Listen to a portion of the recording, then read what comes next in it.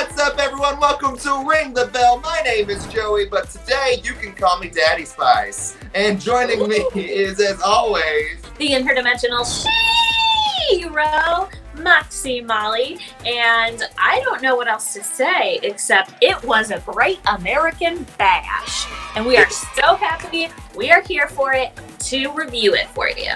They must know that it is my birthday weekend because they gave me a match that I've been wanting forever, and it was sponsored by Mountain Dew. Oh, Mountain Dew does not sponsor us. They do not, but they did sponsor a limited commercial version of NXT last night, so let's dive right on in because, girl, we got some matches last night. So the first one that we got was the number one contender Fatal 4-Way match. It was Mia Yim, Candice LeRae, Dakota Kai, and Tegan Nox. And you know how we've been talking each and every week about how I don't think that Mia's really got like that nice little moment to shine and like really show who Mia is? She did it last night. That was the Mia Yim show. That is like literally the same thought. So that's when you started to say it. I was like, yes, because like that's exactly what I was thinking. I do want to add too, sometimes we are not very high per se on Tegan Nox. And although towards the end, even though she won, I was a little overwhelmed. She's finally like, I don't know, like kind of reaching through the screen, starting to, and kind of get me behind her. But honestly, Mia Yim overshadowed her. But I do have to say, I always say they must be watching our reviews. Probably not. But I think they are, because Mauro Ranallo did not call Tegan Nox Lady Kane once. It was never mentioned. It was never mentioned, but we also did get Mayor Glenn Jacobs, who released a big, long report of why he's a Trump supporter this weekend. So maybe that's why we didn't. There's two spots that like were just boom, boom for me, and it was both Mia Yim. It was the little fake out she did with Tegan Nox where they both squared up with the right, and then she just kind of popped her with the left real quick. That was great. And then I loved her. I can't remember who exactly she stepped on and then delivered, but she stepped on, I think, maybe Tegan's back and then delivered that Hurricane Rana onto Dakota, I think was how it went. That was so cool. Yeah, there was a lot of impressive little combos in this and most of the matches this week. I do want to say I'm a little bit happy and sad that Mia Yim eliminated the poison pixie Candice LeRae. Yeah. I'm happy to finally see Mia Yim get her comeuppance, but I'm sad because I really thought this storyline had a lot more potential, and I feel like this might be the end of it, or starting to be the end of it. Like, I really wanted them to become like a mixed intergender tag sort of thing for some longevity, and I don't think we're going to get that, so I'm sad for that. Well, they did announce we are getting a little bit of maybe like a rubber match or some closure next week, because next week it is Mia Yim and Candice LeRae in a street fight, which is going to be a lot of fun. I feel like we're going towards it being the end, because I feel like a street fight is like generally like the end of the road for stuff. Yeah, I agree. I wish we could get the mixed tag picture a little bit more, but with Keith Lee going up against Cole next week, it's kind of like, you know, he's moving on to his things. So ultimately, after all the cool stuff Mia Yim did, the match ended with Tegan Nox going over. Raquel was not out there, so I feel like this is starting to also bring some sort of closure end to that storyline, as in Dakota Kai needs Raquel Gonzalez to win all of this stuff. I'm sad to see the storyline go, but if this will eventually lead to Raquel Gonzalez being like, you need me, and then Raquel splitting up, maybe even a battle between them. But my point is, I'm getting to that means Raquel will be singles competitor alone, and like, oh, my life. Like, I need her to be a singles competitor. She's going to be great. But speaking of the end of the match, I want to talk about how she did a Molly go round, and commentary called it a Molly go round, and I was like, ah. Yeah, that's when I was like, okay, Tegan, you're a little underwhelming, but like, you know your stuff. Like, that was amazing. Yeah, I loved it. Molly go around into the shiniest wizard for the win. I don't know officially, like, I'm trying to process exactly how excited I am to see Io versus Tegan, and I'm just I'm on the fence because I really don't know. I just am kind of lost on how I feel about it. Well, we will talk about it later in the show, but I think there's some sort of new aspect to that I'm excited for. That is also true. Well, let's go ahead and move on to the next match that we got on the card for NXT. It was an intergender handicap match as Aliyah teamed up with Robert Stone to face Rhea Ripley. And because it's my birthday, this is my brutality! So pull your napkin up, my dear, and make our dream come true. A very merry birthday to you. Anyway. To me. It was the intergender handicap match we were really waiting for, and I was underwhelmed.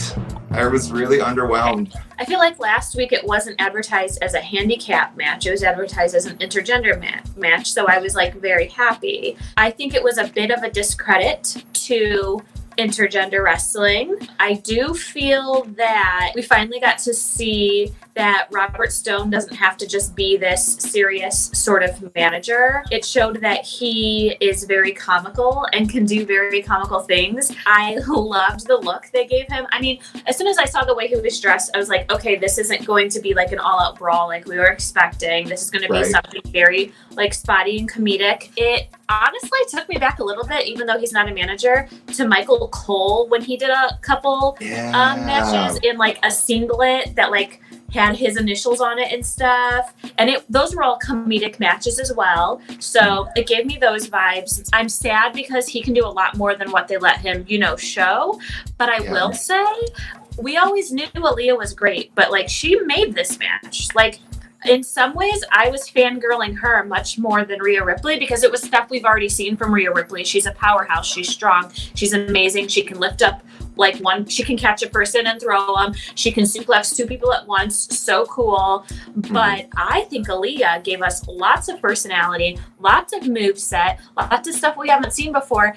And I want to see this Aliyah always. Yeah, and top that off with the fact that she gave us like one of the best gears I have ever seen Aliyah wear. The thing that just got me about Robert Stone was I was just watching the hokiness and the comedy spots, and I kind of sensed that it was going to be a bit more comedic just because it's been, drunk and puking the last couple of weeks, getting thrown in a dumpster kind of deal. But when this was happening, I was just like, this is giving me major, 2008 Santino Marella and the Divas division vibes. And I was just like, I just wanted some kind of offense from him that didn't seem like, oh, we can't have him go out there and fight an actual girl because that's sexist. Right. I'm like, it's Rhea Ripley. She could rip him in half like a toothpick. That being said, when she did the double suplex, it's impressive. Don't get me wrong. But in my brain, I was like, it's not that impressive because he's the same height as Aliyah. It's not like she just did a double suplex with The Undertaker and Kane or freaking Braun Strowman and the Rikishi. Yeah, it's like she didn't just double suplex them. She double suplexed 130-pound people that are only 5'4". I mean, I can respect that because right now the heaviest thing that I can pick up is my emotions. But I really wanted more, but I did enjoy the finish. I liked the double submission. I thought that was kind of impressive just because having them up just like that was kind of cool, and it's a nice little way to end it. But I feel bad for Aliyah. Where does Aliyah go now? First of all, I'm confused how we got here because Rhea Ripley went from being the NXT Ladies Champion to not being in the title picture at all. So that confuses me a tad. But B, I wish somehow this was leading up to Aliyah being in the women's title picture. I stan Aliyah. I don't think that she would be as a defining champion as Rhea Ripley or Io is right now, but she's impressive. She's got a good gimmick. She's, serving looks, but she's also serving moveset. This is, I don't know. I feel like she's getting a little bit unfair treatment. She is. I mean, she's pretty much, I don't know the last time Aliyah's won a match. I think it was honestly, it was when Robert helped her and she pinned Xia Li, but that was the first one in maybe months or years. So. No, we've been doing this review for less than a year, but in October it'll be a year, and she hasn't won a match since we started the review, besides the one that Robert Stone helped her win. And that's just sad because she's been there forever. Give the girl a little bit of credibility and they also need to start integrating some of these ladies into the main part of the division. Say, you know what? If they're going to give her B player status, they should just take her to the main roster, because I could see her really rocking it with Alexa Bliss or Carmella, Dana Brooke. Like, if she's going to be putting everyone over, she needs to be putting these main roster people over, and she'd put on stellar matches with them. Where does she go from here? I think this storyline's done, but we will see next week. What if her and Robert Stone get called up to the main roster and start by taking on Chelsea Green? Yes, because that should have happened in NXT already. But we haven't really seen heads or tails of Chelsea, so I'm a little bit worried because of the whole COVID thing. But right now, before we move on into the thing that I really want to talk about, I am excited for next week's part 2 of the Great American Bash, because not only are we getting that street fight, we're also getting the new, or I guess re-debut of Mercedes Martinez, and I wonder who she's going to face. Maybe Aliyah. I don't know. Part of me in my heart of hearts believes if it's not Aliyah, it's going to be Santana. It sucks. But what doesn't suck was our main event this week. Sasha Banks and Io Shirai just showed every single person that watches WWE product, period, what a women's match can be. This match made my life. Everything about it was so crisp. There was no aspect of it that seemed wonky. There was even spots, I can't remember exactly how, that German suplex where she tried to land on her feet and she just didn't get it, but still sold it. I was like, that's how you sell a botch. Like, it just, every single thing worked to a T. And girl, I'm still just smiling. It was so good. Yes. You know, people were going crazy when we had the 4 horsewomen of NXT and how amazing their matches were. And rightfully, they were. But I think last night moved to the spot of the best ever ladies match on NXT. Oh, you think so? Yeah, I think with the way it ended, with even Bailey on the side with her squeals bowing to Sasha Banks, the surprise at the end, which is hopefully setting up to a tag team match. Yeah, just like all of it, like, I'm saying it's the best as in just technical wise, but the like storylines it's setting up for, the way it ended, like, I'm so excited for it. Everything was so good. That spot where Io jumped up and Sasha delivered that kick to the side and then slid out and did that barrier bomb. Oh my God. It was just everything. And then when Asuka popped up, I screamed. Like, I didn't see it coming. No, yeah. So oftentimes wrestling is so predictable. I did not see that coming at all. And then once Asuka spit the green mist in Sasha's face and Sasha kicked out, I was like, why are they going to waste her on this? But then Io still gets it. Oh my God. I was like, perfect. So good. I was so scared that the ref was going to see the green face and do a disqualification. I was like, no, thank you for saying that too, because I was like, first when Sasha was doing all this stuff and like the barrier bomb, I was like, professional. No one can like say that she's not professional. Everything about this was thought through so much. But then I see Io pin her and you can almost see the green mist, and you see Io kind of go like this just to readjust her hip to go over Sasha's face so the ref couldn't see it. I even wrote that in my notes. Professional. No one can say these ladies didn't like let the wheels turn and make everything about this. Also, I want to point out, because you know how much I love when it happens, when they rode out in their car in the very beginning, Sasha and Bailey, there was a puppy. They had a corgi. In the end, we saw Io get the win with a moonsault and that very, very impressive thigh face cover. Like, that was so slick. I'm glad that you were talking about that because it was just effortless. I mean, not just truly ring veterans, because they've obviously thought everything through, just true professionals. They showed the creativity of using everything at their disposal, including the plexiglass barrier. You know what I mean? Like, And then I was like, please don't do this to Sasha and make her win needing the help of Bayley, because that doesn't make sense with their storyline. But they brought it back at us and bringing Asuka in, potentially setting up for a Sasha Banks, Bayley tag against Io and Asuka. Like, that is all of the world's dreams coming true. Oh, it's my dream coming true. Please insert that little gif of Trish pre-Evolution going, a tag match? A tag match? Because that's what I need. I love it. I hope it sets that up. This match, I don't even really need to watch next week's NXT for the second part of Great American Bash. This was it for me. Amazing. That's amazing. Well, let's go ahead and end this NXT portion of the review, and the rest of the review is going to be brought to you without any commercials, not sponsored by Mountain Dew. Well, let's head over to the competition, because we had the Great American Bash on one show, and then on AEW this week it was Fyter Fest. And before we dive into the match, I want to just call out one thing that kind of pisses me off. They did the thing that WWE used to do where they bring out a woman and have her sit on a prop, and they treat this human as a prop. And I hate that. Yeah. Either one, stop doing it, or two, give me a half-naked guy so it's at least an equality kind of thing. Like, at first I was like, don't use a woman as a prop, but you're right. Like, put a dude in a Speedo or something and, like, make it seem like we're all freaking meat. Exactly. Like, if you're gonna do it to one, do it to the other, because if you're gonna make some human a prop, it might as well be all human. Now that I got that little rant out of the way, let's move on to the actual match that we got from Fyter Fest. It was the AEW Women's Championship being defended by the champ Hikaru Shida against the super bad girl Penelope Ford in, honestly, probably Penelope Ford's best match to date. I don't disagree with you. I think we've seen a lot of great matches on AEW. Maybe not a lot, because they're still a budding, women's division and promotion altogether.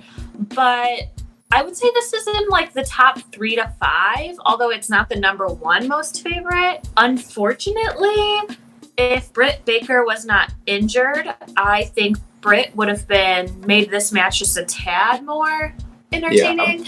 But for the way they had to change everything up with her injury, I think this was great for what it was. Yes, and I do want to add in, we did talk about Britt Baker last week. It just ended up on the cutting room floor. We love what Britt Baker's doing. Right. We also gave a shout out to Sunny. We just didn't have time to cover. Try as we might, we just don't have enough time in the world to review everything. The match itself, they had a lot of fun spots. The thing that I noticed is Penelope Ford throws, because I don't know the actual term for the kick, but that chip kick style kick with such force and such precision. Like, I think she needs to adapt that as a finisher as opposed to that fisherman suplex, because that kick is a thing of glory. Yeah, and I'm sure we'll get to Dark, but after what I saw last night from Penelope Ford, and then if you watch Dark, I would like to see some matches between Penelope Ford and Allie, but we can get to that later. Full on agree with you there, because I was hoping you were going to say it as you started saying it.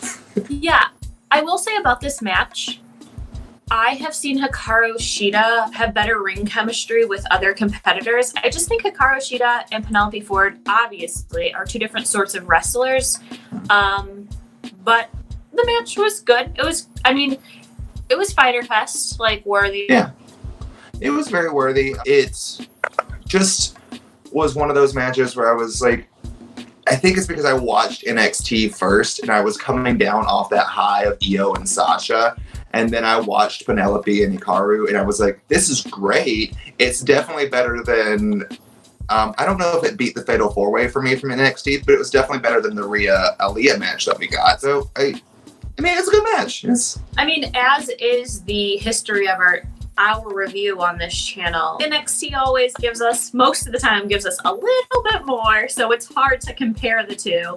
But if you just look at the historical matches of the women's division of AEW, this was top notch. Oh yeah, this was definitely top 5, like you said. I'm still waiting to see if something can beat Nyla versus Hikaru at Double or Nothing, because that's still number 1 for me. But this one, it was nice to see Hikaru get the win with the knee and retain her title. The only thing I can possibly ask for is, please, AEW, no more Chris Jericho on commentary. Well, that was Fyter Fest. We had the one match. Let's go ahead and talk about the tag team match that we got on AEW Dark this week. It was Allie and Brandi teaming up to go against Kylan King and Skylar Moore. And the couple takeaways that I have from this match was, 1, Allie should be pushed to the moon. Allie's so agreed. good. This match showed how good she is. Mm-hmm. Even as a character, not just moveset, just character-wise. Yeah, it was really good. I think Brandi is improving very, very quickly. And honestly, Brandi has charisma for days as well. Like, I love all of her facial expressions. I love when she talks. Yeah.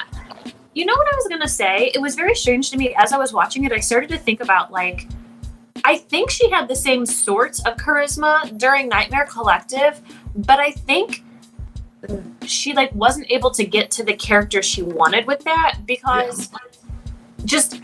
she's resonating so much more. And I know she's like, she's trying to have this tweener attitude. Maybe that's what it is. Maybe it's just too hard to see her. It's too difficult to see her as a full-on heel. But I'm feeling her. You're right. She's improving. I said that last time she wrestled. She's improving. She's getting better. I mean, Allie, I think, was the showstopper in this match. But her and Brandi together make a lot of sense. They look really well together, and the thing they have bickering is working really well. I love this story. I'm a little sad to hear about QT with COVID. But I like how AEW is getting creative about that, like the sign. Mm-hmm. Yeah.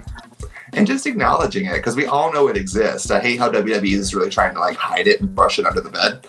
Right. But I also do want to sing some praises in this match for, again, Kylan King, who came out and impressed me. She was our favorite last week, too, in the Dark match. She's just been, out of all the... I feel like AEW just has their list of, like, job talent, and they pull them. And I would like to see her signed to a contract. I enjoy Kylan. I was about to say, there's a couple people that were jobbers that they ended up signing that I think Kylan is... blowing them out of the water. Is she Chris Statlander blowing everyone out of the water? Not yet. But have we given her a chance? I'm not sure. That's a key word. She was great. I love the ending of Allie tagging in Brandi and just being like, you can have this one. But Allie can do both, heel and face, but she definitely reigns as heel. But I like how she's doing this like tweener again. Like, she's wonderful and cutesy and everything nice when QT is around, but she like made sure she showed Dustin like, you don't have to like me. When she did the yep. She was like, I'm still here whether you like it or not, Dustin. And then how she's kind of like, Brandi, you couldn't have won this without me. So I'll do all the hard work and let you have your glory that you need to make the pin. Like, that's how I read it, and I love it. I mean, you know what's weird is the little bit of character work we got in this tag match. I liked the tag match more than I think I honestly liked the match we got for Fyter Fest. Please, thank you for saying that. I didn't want to say that to discredit the ladies on Fyter Fest, but like... Oh, no. No, I'm just buying into the storyline a little bit more. And you know me, I like very gimmicky stuff, and I like a little bit of comedy, and they're giving it to us. Wait. Are you saying that professional wrestling needs storyline? What? I think so, actually. Yeah. Oh, okay. I mean, yeah, new thing, but let's try it. Exactly. Hey, Moxie. Hey, Joey.